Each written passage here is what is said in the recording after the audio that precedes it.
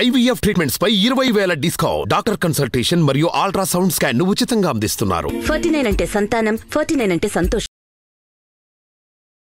నమస్తే, దేర్వి జాహ్నవి మనతో ఉన్నారు. మన నిట్టెల కిరణ్మయ్య గారు, మాట్లాడేద్దాం. నమస్తే అమ్మా. నమస్కారం అమ్మ. అమ్మ, ఆడవాళ్ళు వేసుకునే నైటీల గురించి, దుస్తుల గురించి సాధారణంగా ఎక్కువగా మాట్లాడుతూ ఉంటారు కదా. అంటే ఎందుకు స్త్రీల గురించే మాట్లాడతారు, అది ఒకటి క్లియర్గా ఎక్స్ప్లెయిన్ చేస్తూ, అంటే ఆడవాళ్ళు నైటీలు వేసుకోకూడదంటారా? ఒక కవి చెప్పాడు కదా జాహ్నవి, ఆడదే ఆధారం మన కథ ఆడనే ఆరంభం, ఆడదే సంతాపం మనిషికి ఆడదే సంతోషం. ఏదైనా సరే స్త్రీతోనే ముడిపెట్టి ఉంది ప్రపంచం అంతా కూడా. ఎందుకు ఆడవాళ్ళని ప్రతిదానికి ఇట్లా చేస్తారు? ఒకప్పుడు ఆడవాళ్ళని వంటింట్లో కుందేల్లాగా, కాలి కింద తేలిలాగా అలా అట్టి పెట్టేసేసారు. ఎందుకు ఎప్పుడు కూడా ఏదో ఒకటి అలా పోకింగ్ చేస్తూ ఉంటారు. చాలామందికి బాధ కలుగుతూ ఉంటుంది.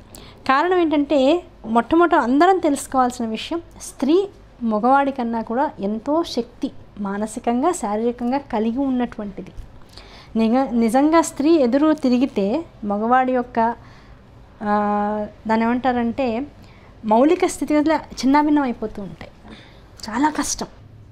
గట్టిగా చూడండి, 4 రోజులు ఇంట్లో రోజు వండి పెట్టే భార్య లేకపోతే ఆ అబ్బాయి బయట తినవలసిందే తప్ప, ఇల్లు ఎలా అయిపోతుందంటే అసలు ఇంట్లో అసలు మనుషులు ఉంటారా అన్నట్లు ఇల్లు అయిపోతూ ఉంటుంది. అంటే ఒక స్త్రీ పెట్టేటువంటి దీపం, ఒక ఆడది నడిపేటువంటి ఇల్లు, అదే ఇంటిని చూసి ఇల్లాలిని చూడు అని ఇంకో విషయం చెప్తూ ఉంటారు. అదే విషయంగా ఆ ఇల్లు ఎంత బాగుంటుందో, ఆ అలంకారాన్ని చూసి ఆ ఇంట్లో స్త్రీ ఎంత విద్యావంతురాలో, ఎంత ఔన్నత్యం కలిగినటువంటి వ్యక్తో, ఆ ఇంట్లో ఉన్నటువంటి స్త్రీ ఎంత ఉన్నతమైనటువంటి భావాలు కలిగి ఉన్నటువంటిదో మనకు తెలిసిపోతూ ఉంటుంది. అందుకని ఇంటిని చూడు, ఇల్లాలని చూడాలి అన్నారు.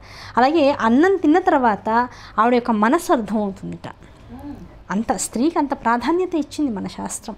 ఎందుకంటే ఈ జగత్తునంతటినీ కూడా ఉద్భవింపజేసింది కూడా జగజ్జనని రాజరాజేశ్వరి లలితా త్రిపుర సుందరి కదా. కనుక ప్రతి స్త్రీలోనూ ప్రతి పురుషుల్లోనూ ఆ మాతృత్వ లక్షణాలు అందరిలోనూ ఉంటాయి. కానీ స్త్రీల దగ్గరకు వచ్చేటప్పుడు ఎందుకు ఇలా ప్రతి విషయాన్ని మనం అదో ప్రత్యేకమైన విషయంగా ఎందుకు చెప్తాం? ఒకప్పుడు ఈ వస్త్రధారణలోనే మార్పులు తీసుకొచ్చి మోడ్రన్ మహాలక్ష్మి అన్నారు. ఇంకా మార్పులు తీసుకొచ్చి స్త్రీల యొక్క సౌలభ్యం కోసమే మార్పులన్నీ తీసుకొచ్చామన్నారు. అది ఆ సౌలభ్యం వరకు వాడుకుంటే పర్వాలా. ఇప్పుడు మనం ఏం చేసేస్తున్నామంటే, అంటే మనం ఒక తరం వరకు పర్వాలా, తర్వాత తరాలు ఏం చేశాయంటే ఇంకా దాంతోనే జీవితం గడిపిస్తుంది. ఇప్పుడు నైటీ వల్ల ఏమవుతుంది? ఇప్పుడు చూడు, ఇప్పుడు ఒక అందమైన శిల్పాన్ని చేయాలి. అందమైన శిల్పాన్ని చేయాలంటే ఇప్పుడు మనం ప్రత్యేకమైనటువంటి ఆ శిల్పాలు తయారు చేసే చోటుకు వెళ్తే ఆ ఉలిని ఎలా తిప్పాలో అలా తిప్పుతూ నీళ్లు పోసుకుంటూ జాగ్రత్తగా కర్వ్స్ అన్నీ బాగా వచ్చేటట్టు చాలా జాగ్రత్తగా చెక్కుతాడు శిల్పి అనేవాడు. అదే స్తంభం చేయాలనుకో ఎలా చేయొచ్చు? ఇది పోసేసి గట్టిగా కొట్టేసేసి దానికి తగ్గ షేపులు నిమిషంలో టట చేసేస్తూ ఉంటాడు. అంటే ఒక షేప్లెస్ విషయాన్ని ఆవిర్భావం చేయడం కోసం నిమిషం పట్టదు. అదే చక్కటి అందచందాలతో కరువులతో ఉన్నటువంటి ఒక దేవతామూర్తిని కానీ, ఒక స్త్రీని కానీ, ఒక పిల్లని కానీ, ఒక ఆవుని కానీ, దూడని కానీ దేనైనా మలచాలి అంటే చాలా కష్టం. అలా స్త్రీకి ఉండేటువంటి ప్రాధాన్యత వస్త్రధారణలో అమ్మవారి లలితా సహస్రనామంలోనే చెప్తారు. వాగ్భవ కూటమి, మధ్య కూటమి, కామరాజ కూటమి అని 3 కూటములుగా ఉన్నటువంటి అమ్మవారి యొక్క శరీర భాగాన్ని 3 రకాలైనటువంటి వస్త్రాలతో అమ్మవారు ఎప్పుడు కూడా కట్టిపెట్టి ఉంచుతుందిట. అందులో మర్యాదకి మర్యాద, దాంతోపాటు అవయవాలకి ఇవ్వవలసినటువంటి రక్షణ, దానివల్ల స్త్రీ యొక్క అవయవ పోషణ, శరీర పోషణ ఇన్ని ఉంటాయి. నిజం చెప్పనా, అందరూ విస్మయం చెందవచ్చు, డౌట్ పడవచ్చు. కానీ నేను చెప్పే విషయం ఏంటంటే, నిరంతరము చీరలు కట్టుకునేటువంటి స్త్రీ యొక్క ఆకృతి ఎప్పుడు కూడా లావుగా ఉండదు. అంతే, నో డౌట్. నైటీలు వేసుకున్న తర్వాతనే రకరకాల వ్యవహారికమైనటువంటి మనకు అలవాటు లేనటువంటి డ్రెస్సుల్లోకి వెళ్ళిన తర్వాతనే శరీరం దానికి ఇష్టం వచ్చినట్లుగా పెరిగిపోతుంది.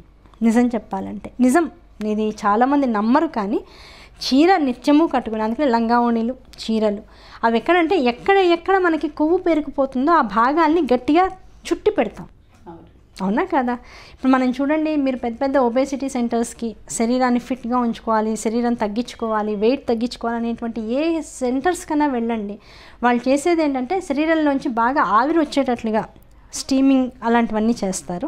దాంతోపాటుగా కొన్ని ప్లేసెస్లో ఇప్పుడు మనకి ఏ ఆపరేషన్ అయినా చూడండి, గర్భవతులకి డెలివరీ అయినా సరే, లేదు గర్భకోశానికి కడుపుకి సంబంధించిన ఆపరేషన్స్ అయినా సరే, గుండెకి సంబంధించిన ఆపరేషన్ అయినా సరే, కొన్నాళ్ల పాటు దాన్ని ఏదైనా ఒక ఎలాస్టిక్ ఉన్నటువంటి ఒక బెల్ట్తో చుట్టేస్తూ ఉంటారు.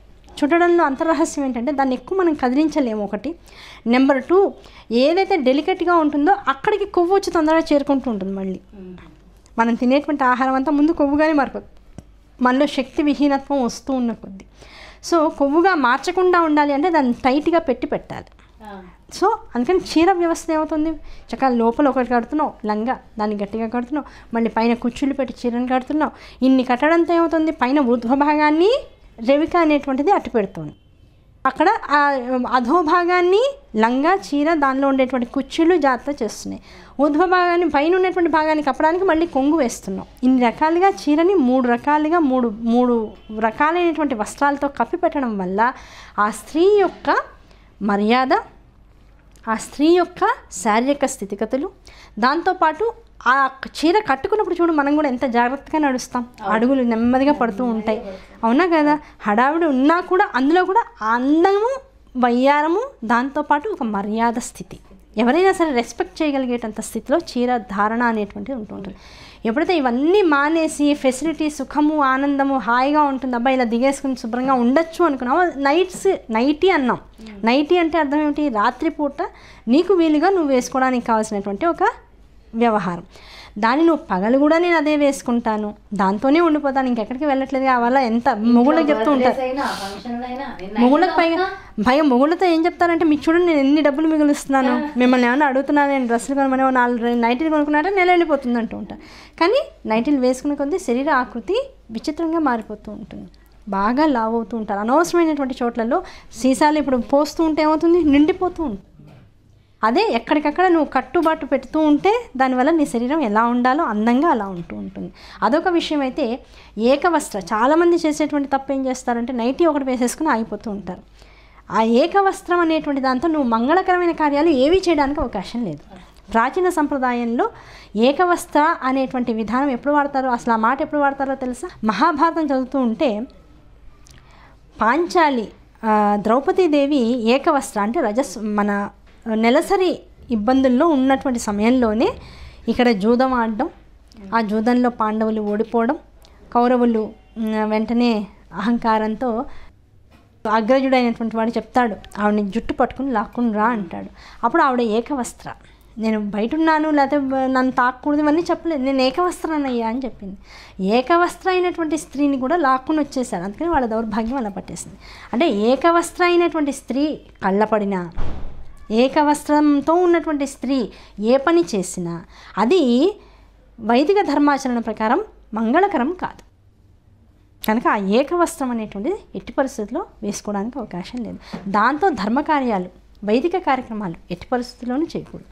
పైగా ఇంట్లో భర్తకి కొడుక్కే కనపడకూడదన్నప్పుడు నువ్వు బయటికి కూడా వెళ్తే అందరూ నిన్ను చూస్తారుగా. అలా ఏకవస్త్రగా ఉన్నటువంటి స్త్రీని వీలైనంత తక్కువ చూస్తూ ఉండాలి. అలాంటి రోజుల్లో అసలు మగవాళ్ళు ఆడవాళ్ళని చూడకూడదు, ఆ రోజులను కాదు, అలా ఏకవస్త్రగా ఉన్నటువంటి స్త్రీని చూడకూడదు. ఇవన్నీ సంప్రదాయం చెప్పింది మనకి. అందుకనే ఏం చేశారు, కనీసం రాత్రిపూట వేసుకోమ్మా, నీకు సౌలభ్యంగా ఉంటుంది, పాపం పగలంతా నువ్వు కష్టపడుతున్నావు, చీర కట్టుకుంటున్నావు అని మనకి ఫెసిలిటీస్ అన్ని మనమే తెచ్చుకున్నాం. దాన్ని ఇంక అలవాటుగా మార్చేసుకుని ఇంక అసలు వేరే సాంప్రదాయాలన్నింటినీ కూడా వదిలేసేసి అసలు ఇదే సాంప్రదాయం అన్నట్లుగా ఎడిక్ట్ అయిపోయాం. ఎడిక్ట్ అయిపోయేటప్పటికి ఒకటి నీకు ఇంటికి మంచిది కాదు, అది చెప్తే నీకు అర్థం కాదు ఏదో ఒకటి వచ్చేదాకా. అలా రావాలని మనం ఎవరం కోరుకోం, అందరూ బాగుండాలని కోరుకుంటాం. నీ శరీర ఆకృతి పాడైపోతుంది.